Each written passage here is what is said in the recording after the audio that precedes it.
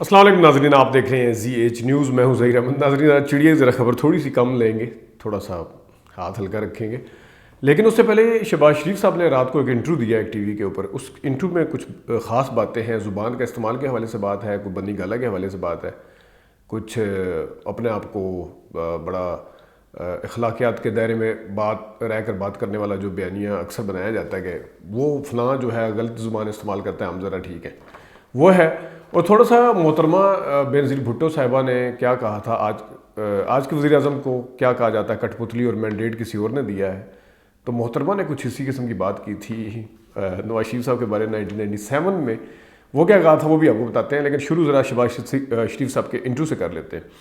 اور کہا جی وزیر اعظم کو اقتدار سے بہت پیار ہے، انہوں نے اقتدار کو جپھا لگایا ہوا ہے.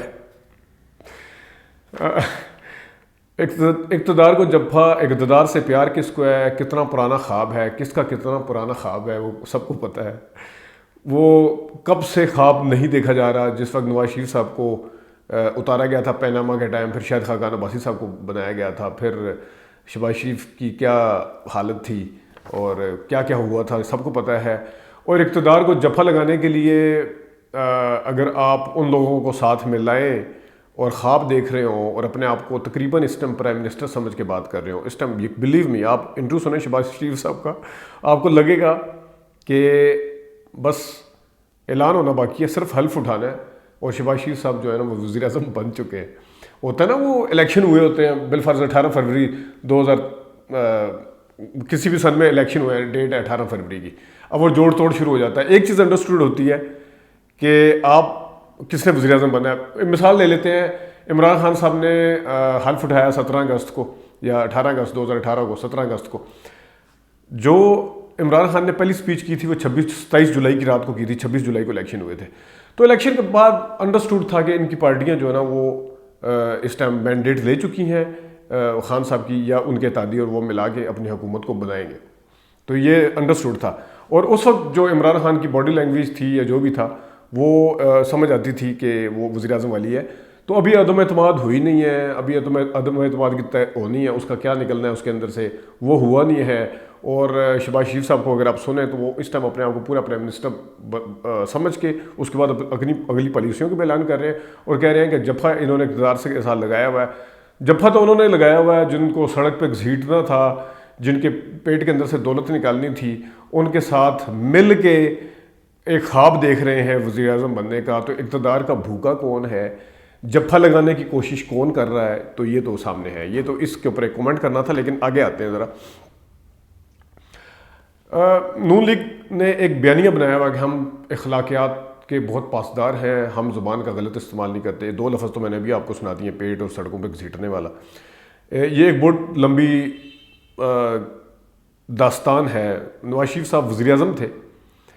انہوں نے وزیر اعظم ہوتے ہوئے پتن میں پاک پتن میں یا سائیوال والی جگہ پہ ایک جلسہ کیا تھا، میں وہ ڈھونڈوں گا. اس میں انہوں نے پی ٹی آئی کی خواتین کو، سٹنگ وزیر اعظم نے کیا کہا تھا کہ کل جلسے میں کس قسم کے ڈانس کر رہی تھی خواتین. تو کہا بڑے دھیمے لہجے میں تھا، وہ ذرا بدتمیزی اوئے کر کے نہیں کہا تھا، کہا دھیمے لہجے میں تھا، لیکن لفظ کیا کہے تھے. پھر ان کی ایک پوری تاریخ ہے، وہ صرف ریفریشر کے طور پہ بریف کر دیتا ہوں کہ جو وہ منصف بھٹو کی جو گروائی گئی تھی تصویریں اور بینظیر بھٹو صاحبہ کی جعلی تصویریں جو گروائی گئی تھی، بعد میں پھر وہ اس وقت تو جماعت اسلامی کے تھے، حسین حقانی صاحب، چودھری شجاعت صاحب بھی ادھر تھے. تو یہ انہوں نے جو کیا تھا تو لیڈر کی مرضی کے بغیر تو کچھ نہیں. رانا ثناء اللہ کیا کرتے رہے، ان کی مرضی کے بغیر تو کچھ نہیں ہوتا. تو زبان کے اندر چھپنے والے رات کیا کہہ رہے تھے، یہ جادو ٹونا، یہ مدینہ شریف میں. اچھا اس میں 2 چیزیں ہیں، ایک زبان کے استعمال کے حوالے سے پوائنٹ ہے، ایک ہے مذہب کارڈ کے حوالے سے. پرائم منسٹر کے اوپر بڑی بات ہو رہی ہے کہ امر بالمعروف و نہی عن المنکر کی بات کیوں کر رہے ہیں، مذہب کارڈ کھیل رہے ہیں. انہوں نے کہا ہے رات کو کہ جادو ٹونا ہوتا ہے. مدینہ شریف میں یہودی اس قسم کی حرکت کرتے تھے. اب دیکھیں ایک تیر سے کتنے شکار کرنے کی کوشش کی ہے. ایک مبینہ طور پہ اگر فرسٹ لیڈی کو اٹیک کرنے کی کوشش کی گئی ہے، عورت اور زبان بھی استعمال کرنے کی کوشش کی ہے کہ ہم خواتین کی بڑی عزت کرتے ہیں، وہ بھی کرنے کی کوشش کی گئی ہے. اچھا پھر انہوں نے یہودی کارڈ بھی استعمال کرنے کی کوشش کی گئی ہے. ویسے ہی مولانا صاحب کو بدنام کیا ہوا ہے. آپ نے طریقے سے کیا کہنے کی کوشش کی ہے یہ میں آپ لوگ خود سمجھدار ہیں، اس کو دہرانے کی ضرورت نہیں ہے. وہاں بنی گالم میں منو مرغی کا گوشت جلایا جاتا ہے. اچھا پھر جو سامنے صحافی بیٹھا ہوا ہے وہ کیا کہہ رہا ہے؟ وہ خود اس چیز کو بھگت چکا ہے جس وقت انہوں نے کہا تھا کہ ملک کی اکانومی اس طرح ٹھیک نہیں ہوگی، بلکہ کہ آپ بکروں کے گوشت لگائیں اور درختوں کے اوپر کبوتروں کا وہ پھینکیں خون، جو اس وقت ہو رہا ہے اس وقت. اور اس وقت ان صحافی کو لینے کے دینے پڑ گئے تھے، ڈیفینسو ہو گئے تھے. ان کی اپنی برادری جو صحافتی برادری ہے انہوں نے بھی اس چیز کو کنڈیم کیا تھا.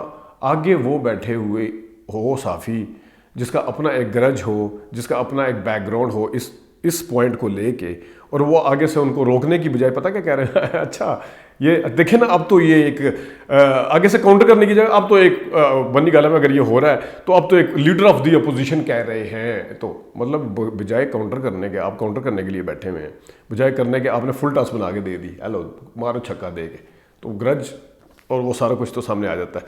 اچھا اب شہباز شریف صاحب نے آگے صحافی نے ایک اور کام بڑا زبردست کیا.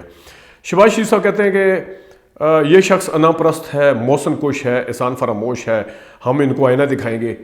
آگے سے صحافی نے پھر فل ٹاس بنا کے دی. ہاں ہاں ہاں، آپ نے بڑے اچھے اردو کے الفاظ استعمال کیے، یعنی کہ موسن کش احسان فراموش کے اوپر آپ ڈیولز ایڈوکیٹ کا رول پلے کرنے کی بجائے ان کو کہہ رہے ہیں کہ آپ نے بڑے اچھے اردو کے لفظ استعمال کیے. یعنی پرائم منسٹر کے لیے موسن کش احسان فراموش کا لفظ جس وقت استعمال ہوئے، آپ نے نہ صرف اس کے اوپر کاؤنٹر نہیں کیا بلکہ ان کو انڈورس کیا اور یہ کہا کہ نہ صرف استعمال کیے اور اس میں بھی چھکا لگانے کی، اور پھر ایک اور چیز بھی ان کو یاد کرائی. انہوں نے کہا نہیں نہیں آپ کو یاد نہیں ہے، آپ کو اپنا بیانیہ میں آپ کو یاد کرا دوں. صحافی نے کہا شاہ سے زیادہ شاہ کیا وفادار کی مثال، اعلیٰ مثال.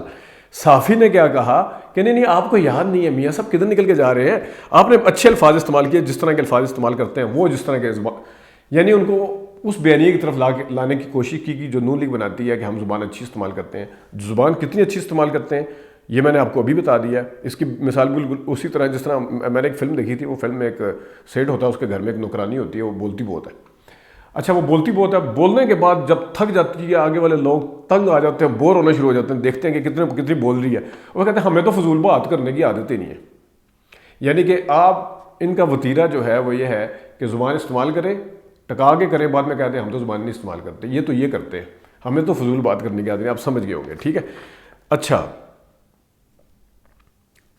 آگے جو ہے نا وہ آپ کو بتا دیتے ہیں جی. چڑیا کی تھوڑی خبر لے لیتے ہیں بینظیر صاحبہ کے بیان پہ جانے سے پہلے.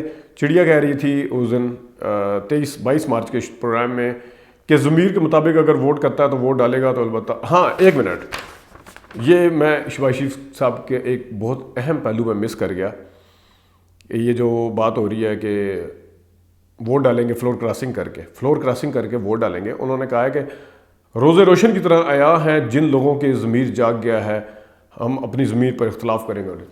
یہ جو ضمیر جاگنے والی بات ہے نا، یہ اپنے بھائی صاحب کو بھی بتانی تھی جنہوں نے 1997 میں 14ویں ترمیم پاس کروا کے فلور کراسنگ کے خلاف ایک قانون لے کے آئے تھے.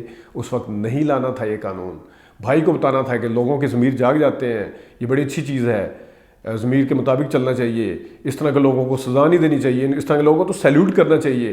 یہ ان کو بتانا تھا جس وقت 14ویں ترمیم میں وہ خود پاس کروا رہے تھے، فلور کراسنگ کا قانون خود پاس کروا رہے تھے.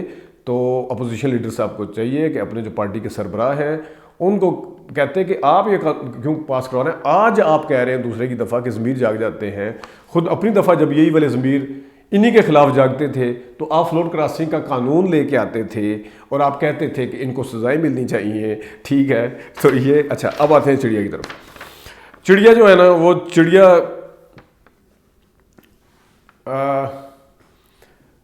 قاضی فائز عیسیٰ صاحب نے بھی لیٹر نہیں لکھا تھا کہ مجھے بینچ میں یا بینچ کی فارمیشن کے اوپر تنقید نہیں کی تھی یا کوئی اس طرح کا سوال نہیں اٹھایا تھا. اس سے پہلے خبریں آنا شروع ہو گئی تھی کہ شاید مبینہ طور پر کسی ایک جماعت نے قاضی صاحب سے رابطہ کرنے کی کوشش کی. وہ جماعت کون سی ہے سب کو پتہ ہے کہ آپ یہ فارمیشن کے اوپر وہ کریں یا وہ اٹھانے والے ہیں. لیٹر نہیں لکھا تھا، اس کا واضح ثبوت جو ہے چڑیا نے بھی دیا. چڑیا سے اس وقت تک قاضی صاحب کا لیٹر سامنے نہیں آیا تھا.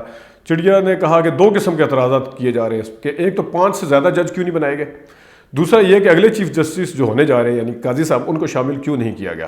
بہتر ہوتا قاضی صاحب کو بھی شامل کر لیا جاتا چیف جسٹس.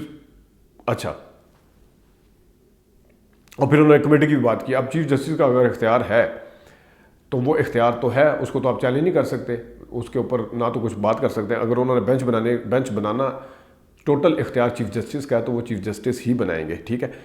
اس کے بعد یہ بات سن کے پھر قاضی فائز صاحب نے لیٹر لکھا. تو وہ جو ایک افواہیں اسپیکولیٹ کیا جا رہا تھا یا باتیں ہو رہی تھی کہ رابطہ کیا کسی جماعت نے یا اس طرح کا آ سکتا ہے, تو اس کا واضح ثبوت پھر اگلے دن دے دیا گیا, جس وقت وہ فارمیشن کے حوالے سے 3 پیج کا لیٹر لکھ دیا گیا. یہ تھا.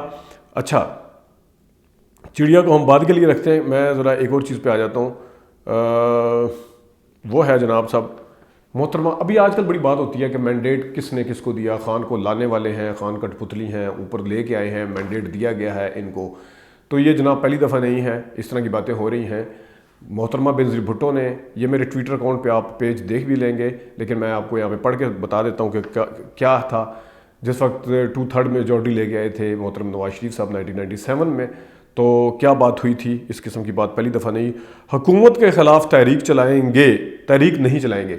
محترمہ کا بیان ہے حکومت کے خلاف تحریک نہیں چلائیں گے, یعنی نواز شریف کی حکومت کے خلاف تحریک نہیں چلائیں گے. مینڈیٹ دینے والے خود بھگتیں. ان زمانے میں ظاہر ہے کچھ جس ٹائم نواز شریف صاحب نے اپنے پرپوزل نکالے اور دکھانا شروع کیا تھا سارا کچھ, تو پھر انہوں نے کہا کہ مینڈیٹ دینے والے خود بھگتیں. اچھا, اب ظاہراً یہ مخاطب فاروق لغاری صاحب کو کہہ رہی تھی کہ وہ فاروق لغاری صاحب نے محترمہ بینظیر کی حکومت کو گرایا تھا, جس کے نتیجے میں پھر الیکشن ہوئے تھے, پھر اس کے بعد نواز شریف بنے تھے. لیکن خود یہ کہتے تھے کہ فاروق لغاری بھی کسی کی کٹ پتلی ہے یا کسی کے اس میں کھیلا ہے.